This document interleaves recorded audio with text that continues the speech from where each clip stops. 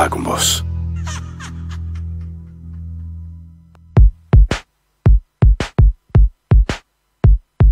Black and white. 46 minutos pasaron de las 7 de la tarde, seguimos en MM hasta las 21 horas.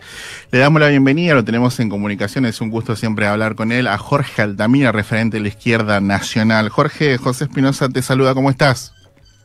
¿Qué tal, José? ¿Cómo estás? Muy bien, gracias por atendernos, Jorge. ¿Cómo va? ¿Todo tranquilo? Todo fenómeno y gracias por llamarme. Bien.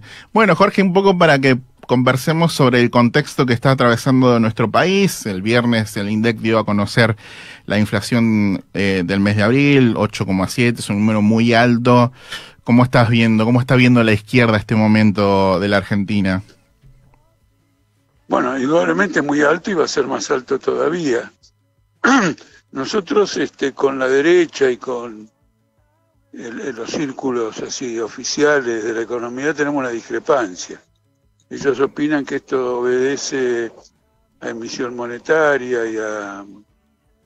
y a gasto público, y nosotros decimos que es responsabilidad de la deuda externa y de la deuda pública en general.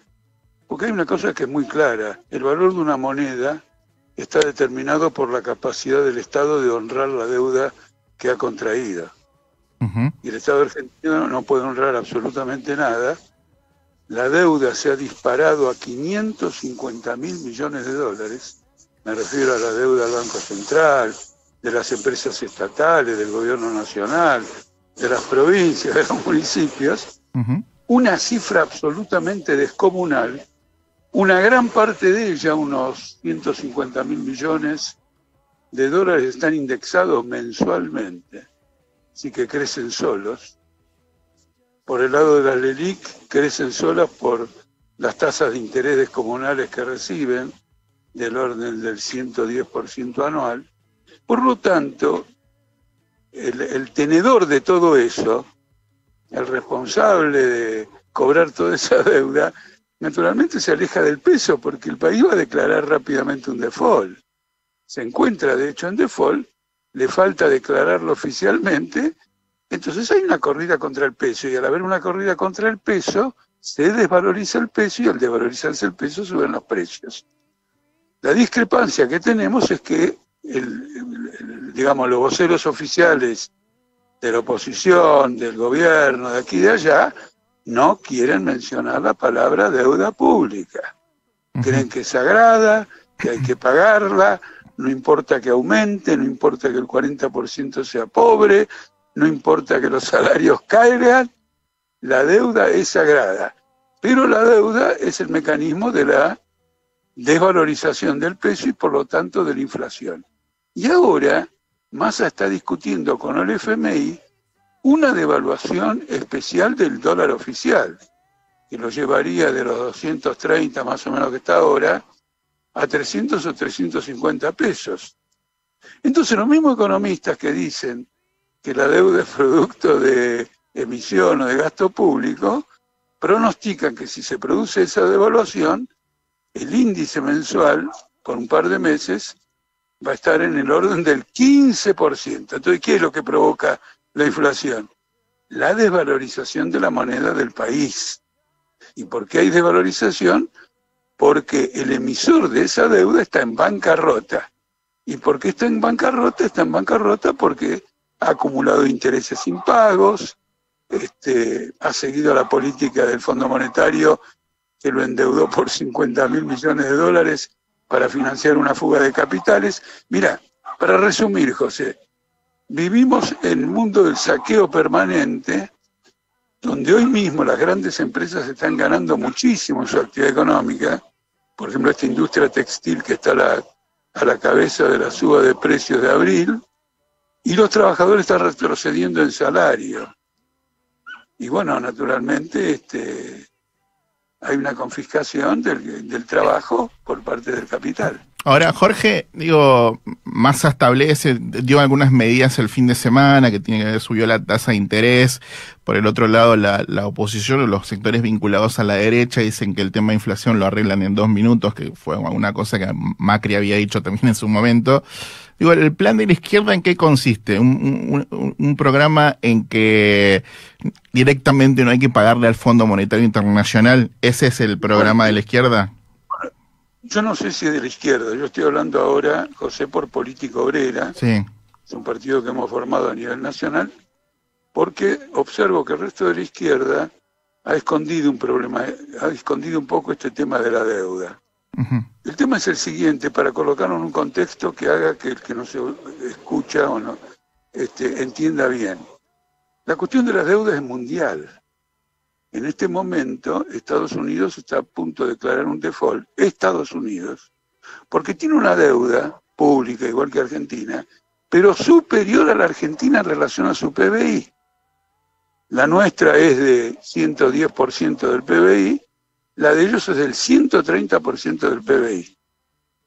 Entonces, tenemos una situación, digamos, independientemente que después arreglen cómo aumentar y resolver los problemas legales de la deuda, ya lo que estoy diciendo, 130% del PBI de la moneda que rige a nivel internacional es explosivo. Y hay problemas monetarios y bancarios de todo tipo. Uh-huh. Para evitar que el dólar se desvalorice, la Reserva Federal de Estados Unidos hizo lo mismo que Massa, aumentó la tasa de interés. Y ese aumento de la tasa de interés llevó a la quiebra de 4 bancos. Sí. Que habían comprado títulos a un interés menor y por lo tanto ahora es el valor de lo que tenían se les cayó. Es decir, 4 bancos, y va a haber más en las próximas semanas, 4 bancos han quebrado por las medidas que tomó Estados Unidos porque tiene el problema de la deuda. Entonces el tema es que es un problema del capitalismo mundial. La deuda pública mundial en relación al Producto Bruto Mundial es del 300%. Entonces tenemos un problema mundial que va a llevar a crisis sucesivas de numerosos países. Entonces, desde el punto de vista de la clase obrera, desde el punto de vista del trabajador, la pregunta es, ¿por qué tengo que pagar yo este energúmeno? Me dicen que yo no puedo gobernar. Hasta cierto punto lo acepto porque estoy votando por ellos.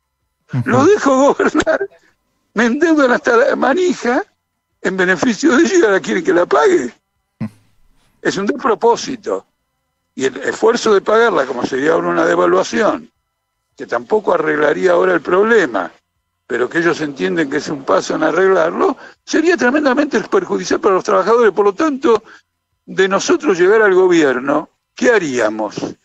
Nosotros convocaríamos a una asamblea constituyente que se haga cargo de todo el poder político y que vote una serie de cosas muy importantes, aumento de salario, defensa de las jubilaciones, todo un conjunto de reivindicaciones que la población ya conoce, y la cancelación, la terminación, la liquidación de esta deuda, que es impagable, con la ventaja de que si lo proclama una asamblea constituyente, adquiere a nivel mundial el carácter de una decisión soberana de la ciudadanía de Argentina.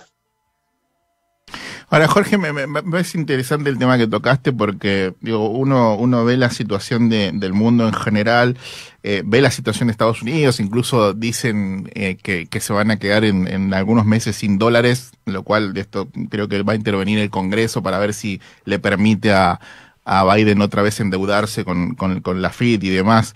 Pero, digo, en este contexto de crisis financiera, de crisis capitalista, le vamos a poner el título, porque me parece que termina siendo un poco eso igual, el crecimiento de las derechas en los países, como es el nuestro, como emergentes de la política o vienen a ocupar esos lugares que están medio vacíos, personas como Milei que dicen que quieren romper todo, quieren quemar el Banco Central. ¿Cómo ves esa situación del crecimiento de las derechas? Bueno, ocurre lo siguiente, esta situación de bancarrota afecta a todo el mundo y sobre esta situación de bancarrota se monta una agitación derechista, una agitación. ¿Por qué digo agitación? Porque vos podés subirte a una tribuna y decir yo arreglo todos estos problemas echando a la casta, yo arreglo estos problemas disolviendo el Banco Central, yo arreglo estos problemas. Pero eso es verso. Entonces hay una agitación derechista tratando de movilizar a la masa. Y del lado de la izquierda no hay ninguna agitación. Vos ves al frente de izquierda disputando quién va a ser candidato de qué, mientras el país se viene abajo. Entonces no es una fuerza política que esté hoy concentrada en ofrecer una alternativa, si es que la tiene, sino que está concentrada en una interna como la que separa, digamos, a Larreta de Bullrich, o a Macri de Lustó, lo que fue. Vos decís entonces, entre el Partido Obrero tradicional y el PTS, vos decís un poco eso, la interna entre Solano... Sí, y el Solano, etcétera. Sí. Una disputa brutal que caracteriza mucho a los demás partidos tradicionales cuando pelean por cargos, candidaturas, se matan, ellos lo señalan, es impropio de alguien que se reclama de izquierda, porque el que se reclama de izquierda pone siempre al frente el programa, la estrategia y una atención muy fuerte al sentimiento de la masa. Para dar un ejemplo concreto, nosotros consideramos que se ha llegado a tal nivel de valorización del salario que las paritarias han caducado. ¿Por qué han caducado? Porque las paritarias son anuales. Después, como ya no podían ser anuales, pasaron a semestrales. Después, como no podían ser trimestrales, llegaron a trimestrales. Sí. Ahora tienen que ser mensuales, con el 8,5% y el 10% el mes que viene, tienen que ser, digamos, mensuales. Entonces nosotros hacemos un planteo, ante este nivel de desvalorización del esfuerzo, del trabajo y todo lo demás, un aumento general para jubilados y para trabajadores de 150.000 pesos, esta reivindicación, pero apoyar esta reivindicación con una huelga general. Esta es nuestra dirección. Hoy, el frente del partido tradicional y los demás no plantea ni la huelga general, ni más, nos denuncia por plantear la huelga general como ajena, no sé qué y todo lo demás. Naturalmente que los trabajadores para ir a una huelga general tienen que cohesionarse, pero para cohesionarse primero tenemos que saber a dónde queremos ir. Tenemos que saber a dónde queremos ir, vamos a cohesionarnos por eso. De todos modos, esa huelga va a aparecer en la práctica de un modo u otro, porque la situación es insostenible. Entonces tenemos muchas huelgas generales en las provincias, en particular de los docentes, sí, pero también de otros sindicatos. Bueno, muy bien. Entonces, ¿qué ocurre? No hay un planteamiento estratégico, un planteamiento fuerte, frente al tamaño de la crisis y a una confiscación fenomenal. Porque quiero aprovechar que estamos conversando esto para señalarte algo. Cristina Kirchner pagó la deuda externa cuando era presidenta con dólares del ANSES. Entonces, ¿cómo hacía? Le daba los dólares a los acreedores y los acreedores le devolvían los bonos que ya se los daba al ANSES. ¿Me explico? Se canjeaba dinero y ANSES recibía bonos de los tipos que... Massa hizo lo mismo hace poquito, ¿eh? No, pero fíjate a qué voy. Sí. Fíjate a qué voy. Ella los compró a 100. Hoy Massa los está vendiendo a 25. Claro. ¿Vos viste alguna vez un robo del patrimonio de un país de este tamaño? Todo para cumplir cómo zafar con un dólar, con este y con lo otro.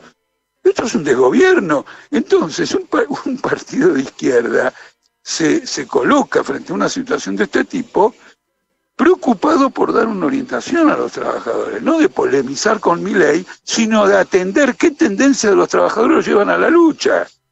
Y muchos dirigentes sindicales de este frente de izquierda obtienen aumentos de salarios sobre la jornada extra, no sobre las 8 horas, con lo cual refuerzan lo que se llama la flexibilidad laboral y se jactan de que por jornada de fin de semana y más allá de 8 horas consiguen un aumento. Bueno, mejor un aumento que nada, pero están impulsando algo que para un socialista es incompatible. Un trabajador debe ser defendido no solo en su capacidad adquisitiva, sino debe ser defendido en su tiempo libre. Tiene que poder vivir, no vivir para trabajar, tiene que atender a su familia. Bueno, hoy el único sindicato que más o menos le alcanza o que le saca algunos puntitos es el SUTNA, que está dirigido por justamente un referente. Bueno, el SUTNA tiene un convenio donde se trabaja sábados y domingos. Sí. Y en realidad lo que ha ocurrido en el SUTNA, hasta donde creo, porque lo quiero mirar un poquito mejor, es que firmó un convenio que establecía que al final de los aumentos mensuales o cada 2 meses, bueno, como fuere, si eso recibido era inferior a la inflación, la patronal tenía que compensar. Uh-huh. Ahora, si la patronal compensa al final de la paritaria, quiere decir que le quitó ese nivel salarial durante todo el tiempo que estuvo regida la paritaria. ¿No? ¿Se entiende o no? Sí. Cuando mayor es la compensación por un retraso, sí, mayor es la pérdida que tuviste con el retraso. Y encima te pagan con la moneda de hoy y no con la moneda cuando se firmó el convenio. uh-huh. ¿Se entiende? Sí, sí. Entonces es una compensación que muestra agujeros muy importantes en la política sindical de todo el mundo. ¿No Sí, es cierto? sobre todo Error, en este contexto, Jorge, lo que han conseguido en relación a otros sindicatos, incluso a la CGT misma, es enorme la diferencia entre lo que ha conseguido ese sindicato en puntual con la CGT inmovilizada, ¿no? Porque estamos hablando de sindicalismo. No sé, depende. No, está inmovilizada, está entregada al FMI y la CGT, pero hay que ver otros sindicatos. Por ejemplo, en un momento determinado se elogió mucho a Palazzo por lo de bancarios. Sí. En otro momento, bueno, el sindicato del aceite. Uh-huh. Bueno, eso hay que verlo, pero lo que importa, dada la magnitud de lo que tenemos, es la orientación general. Hay que preparar una huelga general y hay que terminar con la flexibilidad laboral.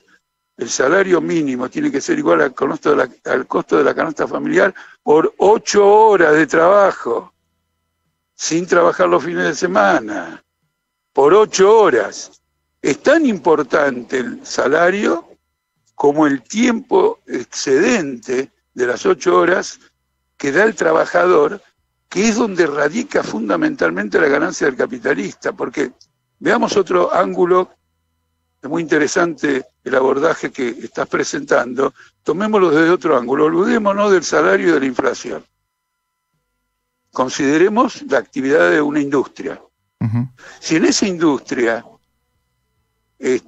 por la productividad del trabajador, el patrón obtuvo muchas ganancias, eso no está compensado en la paritaria. Por ejemplo, en el sindicato que vos decís, en la industria del neumático, los precios de los neumáticos aumentaron el doble de los salarios. Sí, es cierto. Bueno, uno dice, sí, pero los salarios le empataron a la inflación. Pero la ganancia de los patrones fue altamente superior a lo que eventualmente un trabajo que se paga en pesos y un producto que se vende en dólares. Bueno, ¿qué te parece? Entonces, una política sindical coherente, clasista, etcétera, bueno, primero tiene que plantearse de un modo general, estratégico, no un determinado sindicato u otro sindicato, pero tiene que tener en cuenta toda la explotación capitalista, porque si no, al final el obrero es el hijo de la pavota. Hoy, en este momento en Argentina, en medio de esta crisis que estamos hablando, tan aguda, las ganancias empresarias son récord. Uh-huh. ¿Y eso cómo entra? Esto hay que explicárselo a los trabajadores, no se lo explica a nadie, al contrario se lo disimula mostrando que tal o cual lugar se zafó algo, y entonces Milei, con toda la agitación que hace y el quilombo y todo lo demás, atrae a gente que está desesperada. Ahora, durará lo que dura una garúa. Milei no va a Milei no inaugura ningún periodo histórico en Argentina.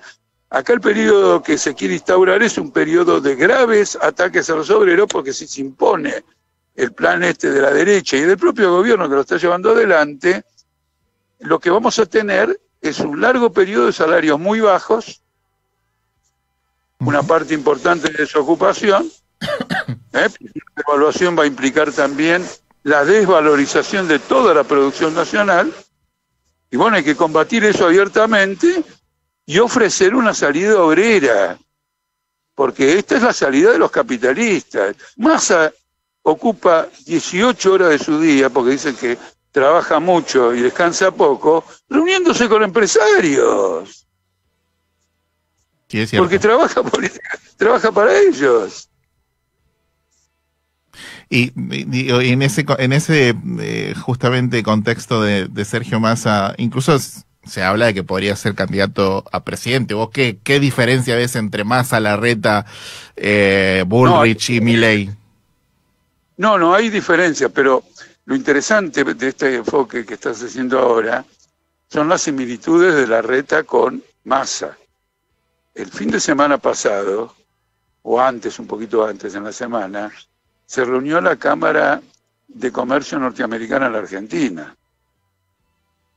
Si vos lees los artículos que escribí en función de lo que dijeron ahí, te das cuenta de dos cosas: apoyan a muerte este plan, el de Massa, y apoyan la candidatura de Massa. Sí. Y acá entramos en un problema muy interesante. Ahora que están negociando con el Fondo Monetario que le adelante dinero, y el Fondo Monetario le dice: yo te adelanto si devaluás, porque no te puedo dar plata para que la despilfarres, en cambio si devaluás va a ser costoso comprar dólares y entonces lo vas a poder guardar. Esa es la discusión que tiene Massa con el FMI. Pero tienen otra discusión. Massa y el FMI están de acuerdo en que no haya paso en el frente de todos. El FMI quiere que de una vez por todas se anuncie que Massa es el candidato único del kirchnerismo. ¿Y cuál es el interés? Que eso le daría a Massa la autoridad del total respaldo político del Frente de Todos y de Cristina Kirchner a la ejecución de la devaluación. Vos decís Entonces, que Massa es el candidato del FMI. Es uno de los dos candidatos del FMI, el otro es Larreta. Pero ahora importa Massa, primero porque Massa es el peronismo, y el peronismo es un aparato grande en todo el país, y el segundo porque ahora el peronismo y el Frente de Todos está gobernando, y Larreta está en la oposición.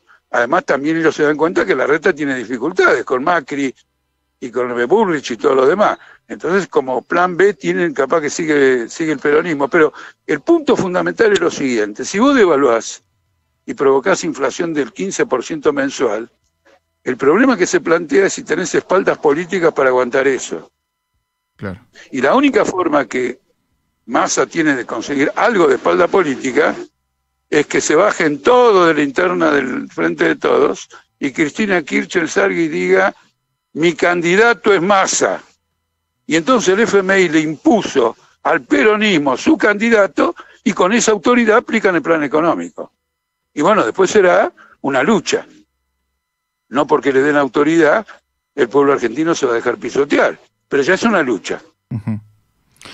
Jorge, y en este contexto electoral, desde tu espacio, ¿van a presentar listas? ¿Se ha hablado algo sobre eso? ¿Cómo está ahí esa situación? Sí. Estamos en un congreso que va a continuar. Bueno, lo esencial del congreso fue 3 días hace 3 semanas, y ahora vamos a tener una última sesión donde vamos a votar a los candidatos y los vamos a anunciar a fines de mayo. Perfecto. La idea es competir a nivel nacional y provincial. Sí, a nivel nacional, ¿no? Candidatura presidencial nacional. Candidatura presidencial y candidato a jefe de gobierno en la ciudad. No tenemos la personería en Santa Cruz. Ajá. Así que no tendrás la oportunidad de votar. Pero sí en la provincia de Buenos Aires, porque tener un candidato ahí también. Provincia de Buenos Aires, Capital, Santa Fe, Jujuy, Salta, Catamarca, Tucumán, Santiago del Estero. Bien, bien. Bueno, entonces estaremos atentos y cuando se decía eso tenemos una excusa para llamarte, Jorge. Exactamente. Es un gusto siempre hablar con vos, te agradecemos estos minutos que siempre nos permitís, así que volveremos a estar al habla, querido Jorge. Bueno. Chao, José, muchísimas gracias. Gracias a usted. Jorge Altamira, en MDM, hablando un poco sobre la coyuntura electoral y sobre todo también económica, obviamente. Así que pasaron 9 minutos de las 8 de la noche. Somos Mentes de Mentes, estamos hasta las 21 por Radio 21.